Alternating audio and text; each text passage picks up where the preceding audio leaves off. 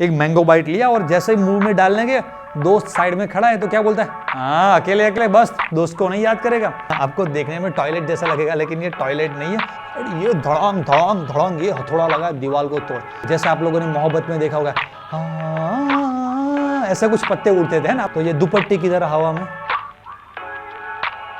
Hello बच्चों, how are you, कैसे आप सब लोग। हेलो आल्केन, हेलो एरिन में हमने पिछले लेक्चर में पूरा इंट्रोडक्शन पढ़ा।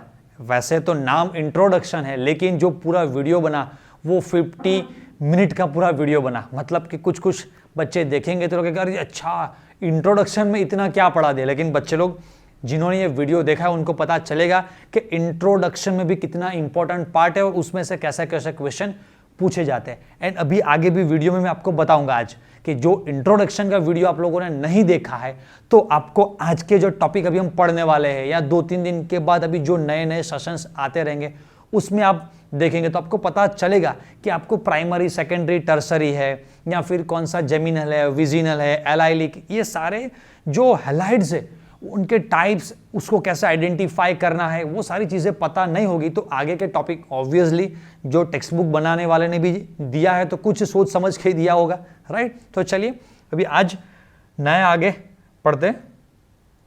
यस, आज का हमारा टॉपिक है फर्स्ट पहला पोलैरिटी ऑफ CX बॉन्ड। उसके बाद हम जाएंगे फिजिकल प्रॉपर्टीज में, और फिजिकल प्रॉपर्टीज में तो आपको पता ही है काफी अच्छे अच्छे क्वेश्चंस आते हैं। तो पहले देखते हैं what is the polarity of CX bond. बच्चे लोग हमें पता है ये हमारा कार्बन, ये हैलोजन एंड ये कार्बन के साथ दूसरे 3 बॉन्ड्स, राइट। चलिए एज वी नो दैट कि इलेक्ट्रोनेगेटिविटी यहाँ X मतलब क्या रहेगा बच्चे लोग, FClBri। तो ऑब्वियसली FClBri हैलोजन की इलेक्ट्रोनेगेटिविटी ज्यादा रहती है। तो ये बॉन्ड में जो 2 इलेक्ट्रॉन्स हैं, मतलब I am talking about this, समझ लीजिए कि ये जो 2 इलेक्ट्रॉन्स है बॉन्ड के, राइट, यस। तो इलेक्ट्रोनेगेटिविटी ये हैलोजन की ज्यादा है तो ऑब्वियसली ये इलेक्ट्रॉन्स हैलोजन की तरफ ज्यादा रहेंगे। तो एक्चुअली में ये अभी मैंने एग्जैक्टली सेंटर में लिखा हुआ है लेकिन ओरिजिनली हम देखेंगे तो ये कैसा रहता है, मतलब कि ये जो पोजीशन है जो हमारे 2 इलेक्ट्रॉन्स है इसकी एक्चुअल पोजीशन क्या रहती है।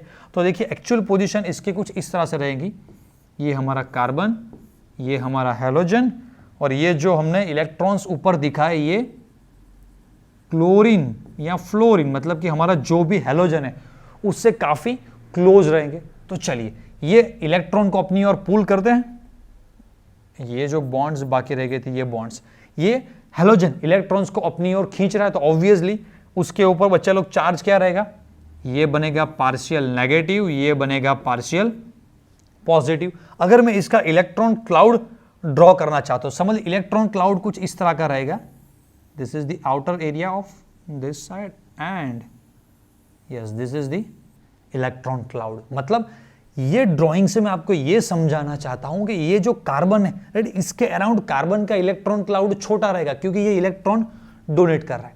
ऑब्वियसली ये हैलोजन एटम है, इलेक्ट्रोनेगेटिविटी ज्यादा है, इलेक्ट्रॉन को पूल कर रहा है तो क्या होगा, ऑब्वियसली इसका इलेक्ट्रॉन क्लाउड बढ़ रहेगा। तो ये जो मैंने ड्रॉ किया हुआ ये इलेक्ट्रॉन क्लाउड है। टॉयलेट मत समझना, आपको देखने में टॉयलेट जैसा लगेगा लेकिन ये टॉयलेट नहीं है। कुछ कुछ बच्चे सोचेंगे डायरेक्टली अगर स्क्रॉल करते हैं यहां पर आगे तो कि ये टॉयलेट कहां से आएगा, ये टॉयलेट नहीं है, it is the electron cloud. तो देखने से पता चल जाएगा it is a partially positive, it is a partially negative and बच्चा लोग इसी को कहते हैं क्या, पोलैरिटी ऑफ CX बॉन्ड। इसमें ज्यादा कुछ है नहीं, ये पोलर कंपाउंड है तो ऑब्वियसली इसके जैसा दूसरा कोई मॉलिक्यूल लेंगे तो इन दोनों के बीच में डाइपोल डाइपोल टाइप का एक इंटरेक्शन बढ़ेगा, मतलब कि ये मॉलिक्यूल्स इंटरनली एक दूसरे को अट्रैक्ट करता रहता तो ऑब्वियसली अट्रैक्शन बढ़ेगा। तो आगे वाले जो टॉपिक्स है सारे, बॉइलिंग पॉइंट है, सॉल्युबिलिटी है, उस पर भी इसका थोड़ा थोड़ा अफेक्ट, मतलब ये अफेक्टिंग फैक्टर इसका इफेक्ट रहेगा। तो चलिए आगे देखते हैं क्या है। यस, इसके बाद आगे वाला टॉपिक है हमारा bond length, bond enthalpy and dipole moment. बच्चा लोग इसमें से कोई थ्योरेटिकल क्वेश्चन नहीं आएगा, ये जनरली MCQ बेस्ड टॉपिक है। ये सारे जितने भी आज टॉपिक हम कवर करने वाले इसमें से MCQ ही आते हैं। तो चलिए देखते हैं कि इसके bond length, bond enthalpy, dipole moment का एक्चुअल ऑर्डर क्या है, इन सबके बीच में जो रिलेशन है वो रिलेशन क्या है। तो हमारे टेक्स्ट बुक में ऐसा कुछ टेबल दिया है, वैसे तो देखने में सिंपल लिखता है, CH3F chlorine, fluorine, bromine, iodine, bond length. तो सी हम यहां पर देख सकते हैं, मैं थोड़ा कलर चेंज कर लेता हूं, यस हम यहां पर देख सकते हैं टॉप टू बॉटम क्या हो रहा है बच्चा लोग, बॉन्ड लेंथ इंक्रीज हो रहा है, राइट, बॉन्ड लेंथ इंक्रीज हो रहा है। बॉन्ड एंथैल्पी क्या हो रहा है बच्चा लोग, डिक्रीज हो रहा है। एंड डाइपोल मोमेंट, तो डाइपोल मोमेंट क्या हो रहा है बच्चा लोग, तो डाइपोल मोमेंट भी जनरली देखा जाए तो 8 से 6, तो टॉप टू बॉटम डिक्रीज। थोड़ा एक यहां पर एक्सेप्शन है, हम आते हैं बाद में। चलिए, बॉन्ड लेंथ को समझाने के लिए मैंने एक यहां पर इमेज दिया हुआ है, आपको वैसे देखकर तो पता चल जाएगा। देखिए, पहला हम लेते हैं carbon fluorine, carbon bromine, carbon bromine, chlorine, iodine. तो देखिए यहां पर कुछ ऐसा है, ये हमारा carbon, this is our fluorine. तो see this is the bond length between carbon and fluorine, ready. Obviously fluorine की साइज छोटी है, और as we know that according to the our 11th standard chapter number 3 periodic table वाला जो chapter था, उसमें बच्चा लोग हमने पढ़ा था, क्या पढ़ा था, रेडी, कि ये फ्लोरीन उससे थोड़ा बड़ा रहेगा हमारा, क्या, ये chlorine, then bromine and iodine. हमने ऐसा पढ़ा था कि when we move top to bottom atomic radius increase. तो आप यहां पर देख सकते हैं कि this is the atomic radius, see this is the atomic radius between carbon and fluorine, and this is the atomic radius between carbon and iodine. तो आपको साइज देखकर ही पता चलेगा कि दिस इज द छोटू सा और ये एक बड़ा साइज है। तो ऑब्वियसली दोनों के न्यूक्लियस के बीच में डिस्टेंस ज्यादा है, तो obviously top to bottom bond length क्या हो रही है बच्चा लोग, इंक्रीज हो रही है, राइट। अभी बात आती है बॉन्ड एंथैल्पी की, सबसे बढ़िया बात एंथैल्पी, मतलब कि बच्चा लोग अगर मुझे कार्बन फ्लोरीन वाला बॉन्ड ब्रेक करना है एंड दूसरा ऑप्शन है कार्बन आयोडीन बॉन्ड ब्रेक करना है, तो ऑब्वियसली इन दोनों में एनर्जी का क्या रिलेशन है। तो यहां पर ऐसा दिखाया है कि कार्बन फ्लोरीन बॉन्ड की जो एंथैल्पी है वो ज्यादा है, एंड कार्बन आयोडीन वाले की बॉन्ड एंथैल्पी कम है। ऐसा क्यों, तो सिंपल समझ में आएगा कि ये बॉन्ड शॉर्ट है और ये बॉन्ड थोड़ा लंबा है, तो ये इजीली हम ब्रेक कर सकते हैं। एग्जांपल लेंगे, समझ लीजिए हम एक शुगर केन ले रहे हैं, मतलब कि एक जो मतलब हमारा शुगर केन तो आपको पता चल जाएगा, तो शुगर केन का एक डंडा है मेरे पास लंबा सा, अगर उसको मुझे तोड़ना है ऐसा करके, जनरली आप लोगों ने देखा होगा हम ऐसे यहाँ पर पैर में फंसा कर ऐसा करके हम तोड़ते हैं, तो वो जनरली टूट जाता है। बट छोटा सा मेरे पास ये शुगर केन गन्ने का इतना छोटा सा मेरे पास एक टुकड़ा है और उसको मुझे ऐसे ही तोड़ना है, तो वो टूटेगा नहीं, क्योंकि वो शॉर्ट है। हाँ, मटेरियल कुछ चेंज हो गया, तो मटेरियल तो कुछ चेंज नहीं हुआ, लेकिन जैसे जैसे जैसे वो शॉर्ट होता जाता है हम इजीली उसको ब्रेक नहीं कर पाते हैं।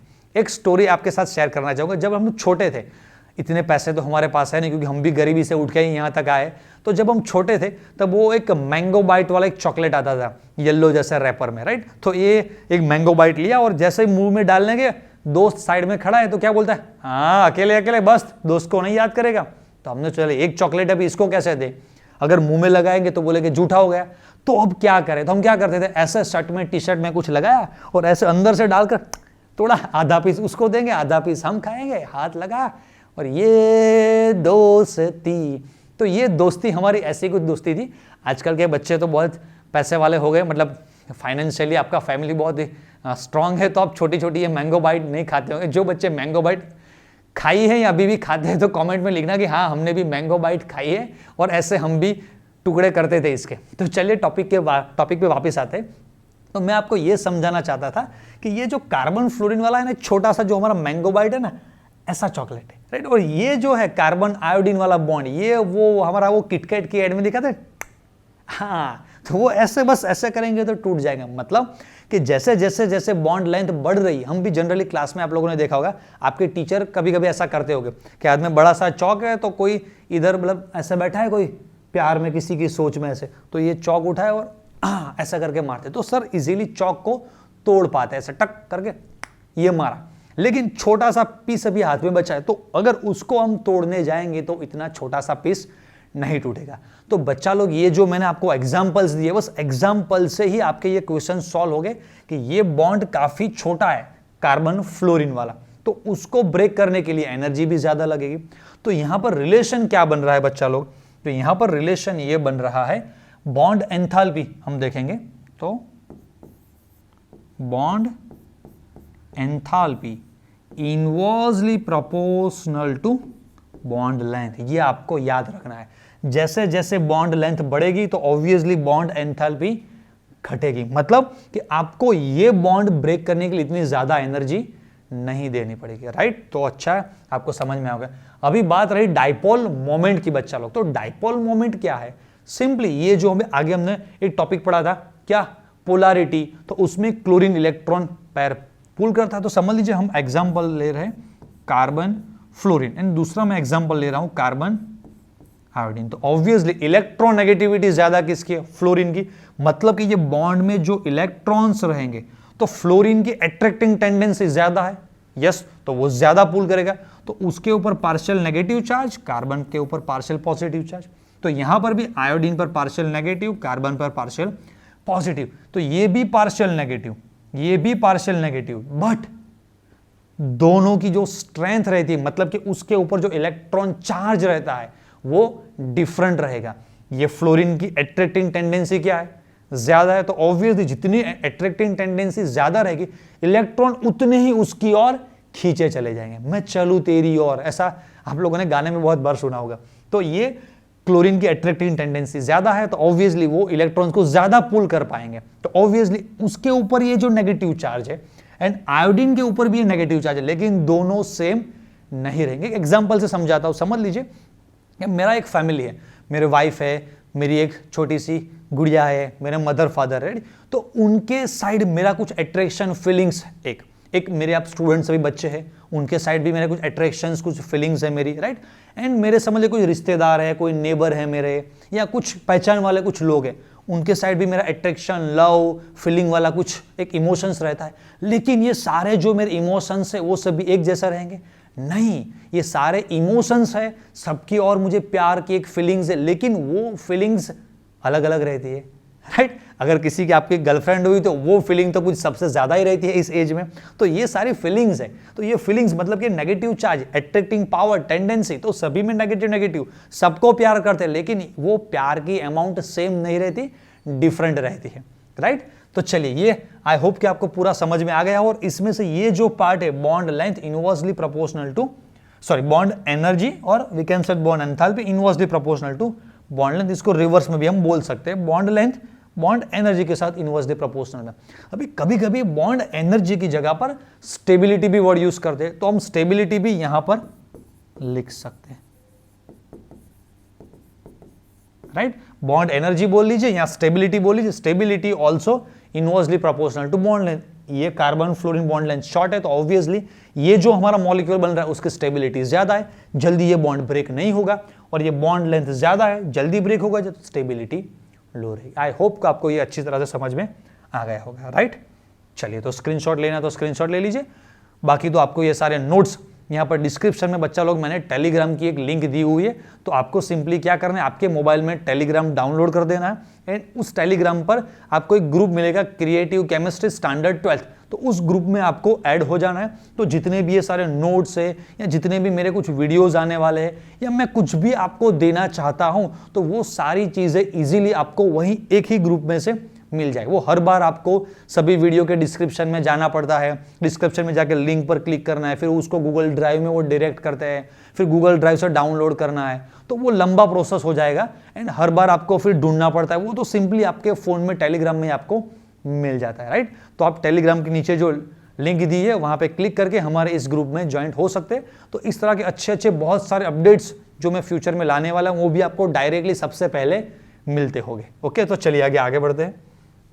यस, अभी टॉपिक आया फिजिकल प्रॉपर्टीज, और जैसे मैंने सुना फिजिकल प्रॉपर्टीज, तुरंत मेरे दिमाग में आ गया क्या, यस, बॉइलिंग पॉइंट। ओके, चलिए, तो अभी बॉइलिंग पॉइंट में देखते हैं। बच्चा लोग, बॉइलिंग पॉइंट जो टॉपिक है ना, मैंने क्या किया है, थ्योरेटिकल नहीं पढ़ा है, मतलब कि बॉइलिंग पॉइंट टॉपिक को हम नोट्स, एमसीक्यू सॉल्विंग, जो हमारी ट्रिक्स, या जो मैंने यहाँ पर लिखा है स्मार्ट टिप्स, मैं आपको देता जाऊंगा, और उस टिप्स को कैसे अप्लाई करना है। तो ये हमारा थ्योरी पार्ट भी हो गया, साथ में एमसीक्यू सॉल्विंग, जो हमारी टिप्स है या ट्रिक्स जो भी बोलिए वो भी हो गया। तो पहला मेरा टिप्स आपके लिए क्या है, number of carbon increase in chain. जैसे जैसे नंबर ऑफ कार्बन चेन में बढ़ते हैं, बॉइलिंग पॉइंट क्या होता है बच्चे लोग, इंक्रीज होता है। तो देखिए, चलिए एक एग्जांपल से हम स्टार्ट करते हैं।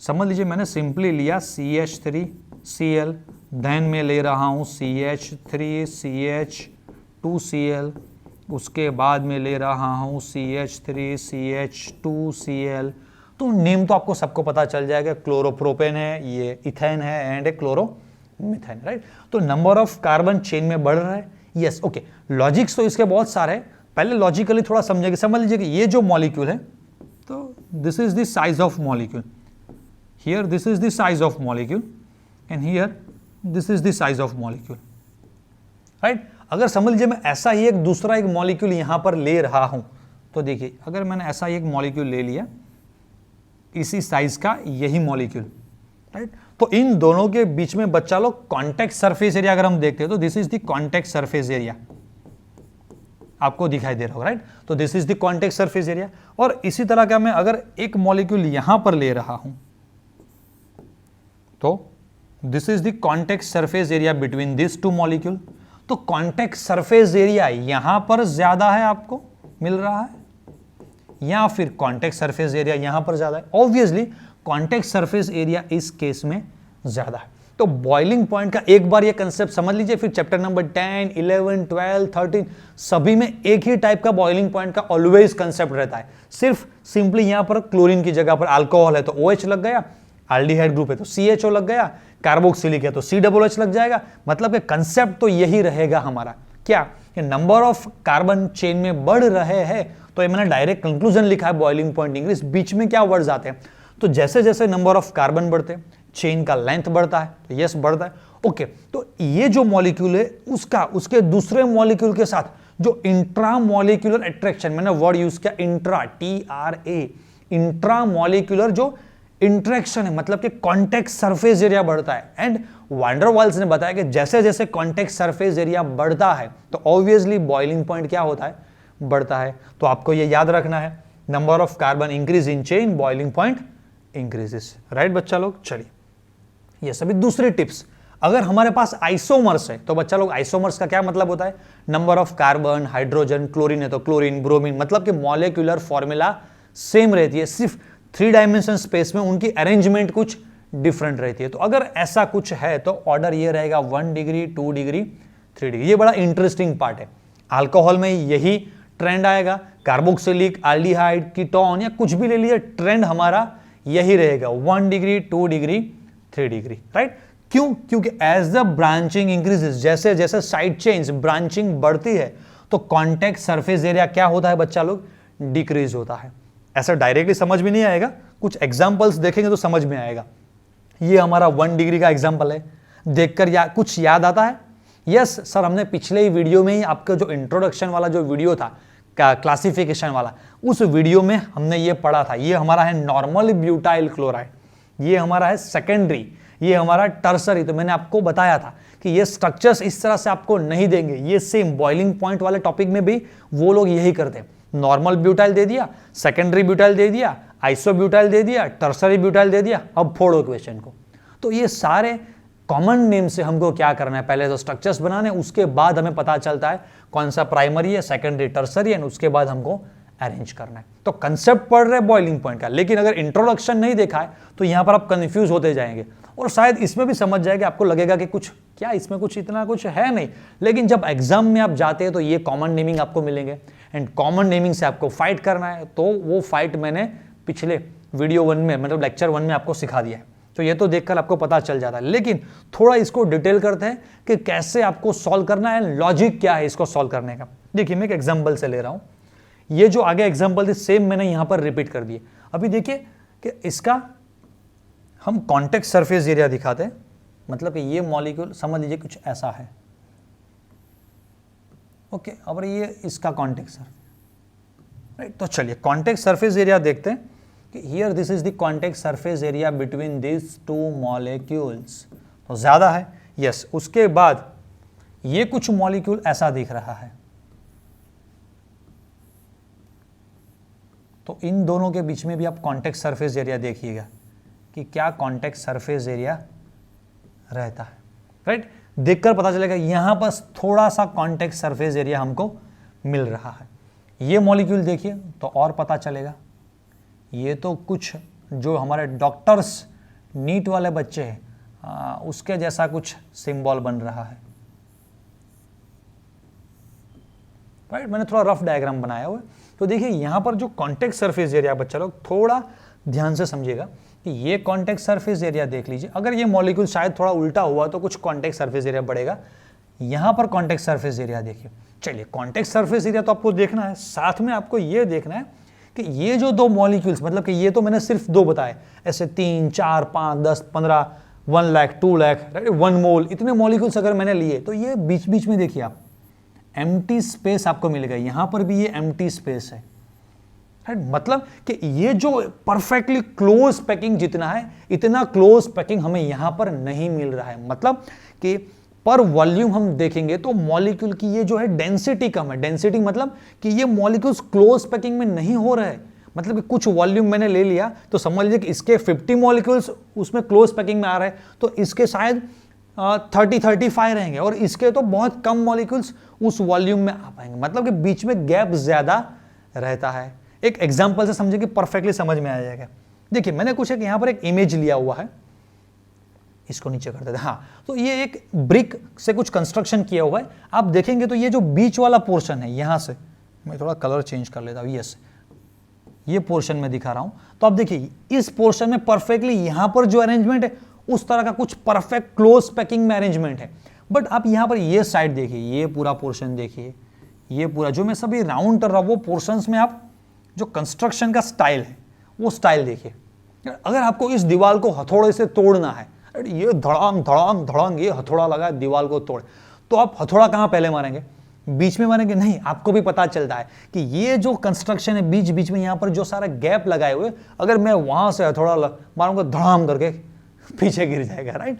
मतलब कि ये इसको ब्रेक करने का काफी ईजी है। तो आप अगर हथौड़ा मारेंगे तो शुरुआत हम यहां से करेंगे, ये पोर्शन ब्रेक करेंगे, ये पोर्शन ब्रेक करेंगे, कुछ ये पोर्शंस ब्रेक करने का ट्राई करेंगे।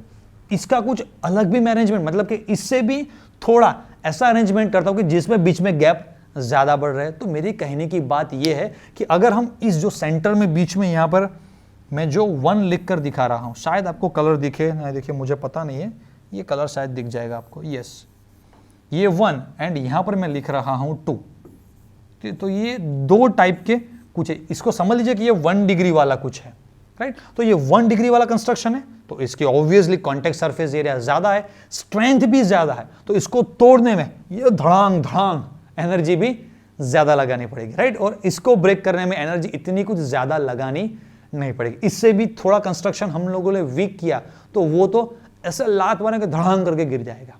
तो इससे हमको ये समझना है कि ये 1 डिग्री है, ये 1 डिग्री, उससे कम 2 डिग्री एंड 3 डिग्री में ऑलवेज बॉइलिंग पॉइंट कम रहता है, लेकिन दे मस्ट बी आइसोमर, मतलब कि यहां पर जो ब्रिक्स यूज होने वाले हैं वही ब्रिक्स यहां पर यूज हुए, यहीं पे कंस्ट्रक्शन कुछ अलग है, यहां पर कुछ मटेरियल अलग है, तो ये नहीं चलेगा, राइट। आई होप कि आप लोगों को ये अच्छी तरह से समझ में आ गया होगा और ये हमारा एग्जाम्पल याद रखना। चलिए, अभी बॉइलिंग पॉइंट का थर्ड पार्ट आया, क्या? As size of X molecule increase, मतलब कि एज एक्स हमारा जो हेलोजन मॉलिक्यूल गेट्स बिगर, जैसे जैसे उसका साइज बढ़ रहा है attraction get stronger, obviously contact surface area बढ़ेगा। फ्लोरीन छोटू सा है और आयोडीन बड़ा सा है, तो ऑब्वियसली आयोडीन में कॉन्टेक्ट सरफेस एरिया बढ़ेगा, तो ऑब्वियसली बॉइलिंग पॉइंट भी क्या होगा? इंक्रीज होगा। तो इसमें ऑर्डर क्या रहता है बच्चा लोग? देखिए ये ऑर्डर है, फ्लोरीन से ज्यादा क्लोरीन, क्लोरीन से ज्यादा ब्रोमीन, बट यहां पर ये जो बच्चा लोग आर वाला पार्ट है वो सेम होना चाहिए, राइट। एक और टिप्स मैं आपको दे देता हूं, जनरली बॉइलिंग पॉइंट का क्वेश्चन ऐसा कुछ लॉजिक नहीं है, कहीं पे बुक में नहीं दिया है, एक मेरा खुद का वो मेहनत वाला ट्रिक कहता है, जुगाड़ है। आपको सिंपली क्या देखना है, कुछ अलग अलग कंपाउंड्स इस तरह के दिए, तो आपको मास देखना है। आप सोचेंगे ये नया कहां से लाया? हाँ, ये नया जुगाड़ है। मास मतलब कि आपको उसको वेट देखना है। सिंपली समझ लीजिए, कार्बन फ्लोरीन का वेट एंड कार्बन आयोडीन का वेट, तो ऑब्वियसली इसका वेट ज्यादा रहेगा। तो एक एग्जांपल से समझ लीजिए कि कोई पेड़ के कुछ पत्ते गिरे हुए हैं, जैसे आप लोगों ने मोहब्बत में देखा होगा, ऐसे कुछ पत्ते उड़ते थे ना, आप लोगों ने मोहब्बत मूवी देखी होगी, तो ऐसे पत्ते उड़ते जाते, थोड़ी सी हवा चली पत्ते उड़े, थोड़ी सी हवा चली पत्ते उड़े। मैंने सोचा पूरी मूवी में कितने पत्ते उड़ते हैं सब जगह पर मोहब्बतें में। तो आपने कुछ ऐसे पेड़ के पत्ते कुछ गिरे हुए, या कोई पॉलीथीन बैग ले लीजिए, कुछ रोड पे ऐसे पड़ा हुआ है, थोड़ी सी भी हवा चलती है तो वो उड़ने लगते हैं। जैसे मूवी में हीरोइन के जो दुपट्टा उड़ने लगता है, वो सॉन्ग में ज़्यादा होता है ना, स्लो मोशन में दुपट्टा उड़ने लगता है, तो वो थोड़ी सी हवा चली दुपट्टा उड़ने लगा भाई। लेकिन उसी दुपट्टे के साथ, और हम समझ लीजिए कि कोई पत्ता है या फिर वो पॉलीथीन बैग है, तो पॉलीथीन बैग में आपने कुछ कचरा डाल दिया है या उस दुपट्टे के साथ कुछ बांध के रखा है, फिर थोड़ी सी हवा चली तो नहीं दुपट्टा उड़ेगा, नहीं तो ये पॉलीथीन का बैग उड़ेगा, क्योंकि उसका मास वेट ज़्यादा है। हाँ, उसको अगर हमें उड़ाना है तो हवा ज़्यादा चाहिए। अभी अभी जो पिछले 2-3 सालों में जो डिफरेंट मतलब ये तौकते कुछ आया था, फिर कुछ उसके पहले कुछ महा आया था, या कुछ सुनामी जैसा, मतलब कि बहुत जोरों से पवन चल रहा है, ऐसा कुछ कभी आ गया, राइट। तो जब ऐसे साइक्लोन्स आते हैं तो ऑब्वियसली इतनी हवा उड़ती है कि मतलब दुपट्टा क्या, लड़की भी साथ में उड़ जाएगी, दुपट्टे की क्या बात कर रहे हैं, और पॉलीथीन की बैग की क्या बात कर रहे हो, घर भी साथ में उड़ जाएगा, ये छत उड़ रही है, दीवार सब उड़ रहे हैं, लोग भाग रहे हैं, लोग भी उड़ रहे हैं, राइट। तो ये गाड़ियां उड़ उड़ के यहाँ से गिर रही है, तो मतलब इतनी हवा चाहिए इतने हैवी वेट को उड़ाने के लिए। तो इससे हम क्या समझे, अगर कोई मॉलिक्यूल लाइट वेट है तो उसको, मतलब कि मॉलिक्यूल ऑब्वियसली लिक्विड फॉर्म में होंगे। बॉइलिंग का मतलब यही है ना बच्चा कि वो लिक्विड में, लिक्विड को हमें कन्वर्ट करना है, वेपर गैस में कन्वर्ट करना है। तो समझ लीजिए कि सारे लिक्विड फॉर्म में, उसको हम हीट किए जा रहे हैं। तो ये हमारा कार्बन फ्लोरीन वाला हमारा ये बीकर है, और ये कार्बन आयोडीन वाला हमारा बीकर है। चलिए बीकर में आ गए। अब इसको हम हीट कर रहे हैं और इसको हीट कर रहे हैं, तो ऑब्वियसली ये वेट में कम है, तो ये दुपट्टे की तरह हवा में क्या करेगा, उड़ता जाएगा। और ये तो भारी भरकम है, ये इतना जल्दी उड़ेगा नहीं। तो इसको उड़ाने के लिए क्या चाहिए, सुनामी या कोई बड़ा साइक्लोन चाहिए, तभी ये उड़ेगा। मतलब कि इसको उड़ाने के लिए एनर्जी कम चाहिए, इसको उड़ाने के लिए कम चाहिए, हाँ, और इसको उड़ाने के लिए एनर्जी ज्यादा चाहिए। मतलब कि हमें यहाँ पर कम हीटिंग देना पड़ेगा तो बॉइलिंग पॉइंट इसका कम रहेगा, यहाँ पर ज्यादा हीटिंग देना पड़ेगा तो बॉइलिंग पॉइंट ज्यादा रहेगा। तो सिंपली आप इस एग्जाम्पल से समझ जाएंगे, राइट बच्चा लोग। चलिए अभी आगे बढ़ते, एक छोटा सा और एक पार्ट बाकी है। यहां पर लिखा है boiling point of isomeric die हेलोबेंजीन, मतलब कि ऐसे दो हेलोजन वाले। तो इनमें लिखा हुआ है कि इन लोगों के boiling points are very nearly, मतलब कि सेम रहता है। देखने से पता चलता है, देखिए इसका 453, 446, 448, राइट। वैसे देखा जाए तो एक दो का फर्क है, तो इसको हम सेपरेट नहीं कर पाएंगे, लेकिन थोड़ा मेल्टिंग पॉइंट में ज्यादा डिफरेंस है।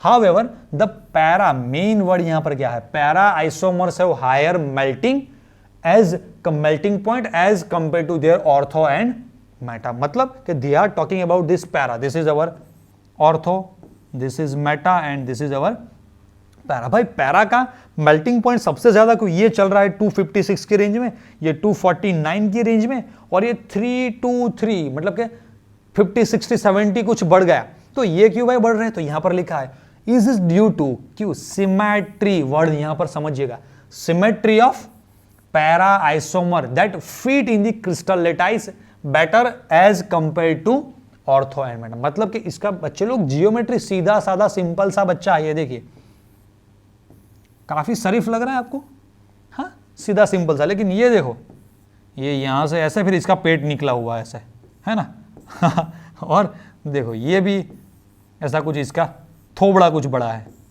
मतलब ये जो मॉलिक्यूल्स है इनकी जियोमेट्री कुछ ऐसी है कि इनका क्लोज पैकिंग सिमेट्री कुछ अच्छी नहीं है। तो ये पेट फुला के खड़ा हुआ है ना मेरा तो इतना पेट है नहीं, लेकिन ये ऐसा कुछ।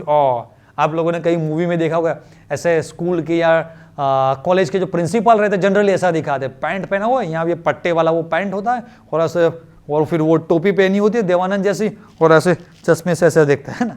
तो ऐसा कुछ, ये पेट फुला के ऐसा खड़ा हुआ है मेटा। लेकिन ये हमारा सिंपल शरीफ सा कुछ मेरे जैसा बच्चा है, मतलब इसका मेल्टिंग पॉइंट सबसे ज्यादा है बच्चा लोग, राइट।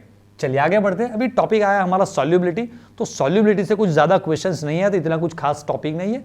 कंपाउंड में ऐसा कहा, मतलब कि हमारे टेक्स्ट बुक में ऐसा कहा गया कि ये कंपाउंड्स वाटर में इतने ज्यादा सॉल्युबल नहीं रहते हैं, क्योंकि ये जो मॉलिक्यूल्स है, समझ लीजिए, थोड़ा मैं समझा देता हूँ, अभी हम लोगों ने पढ़ा था कि ये समझिए ऐसा कुछ मॉलिक्यूल है।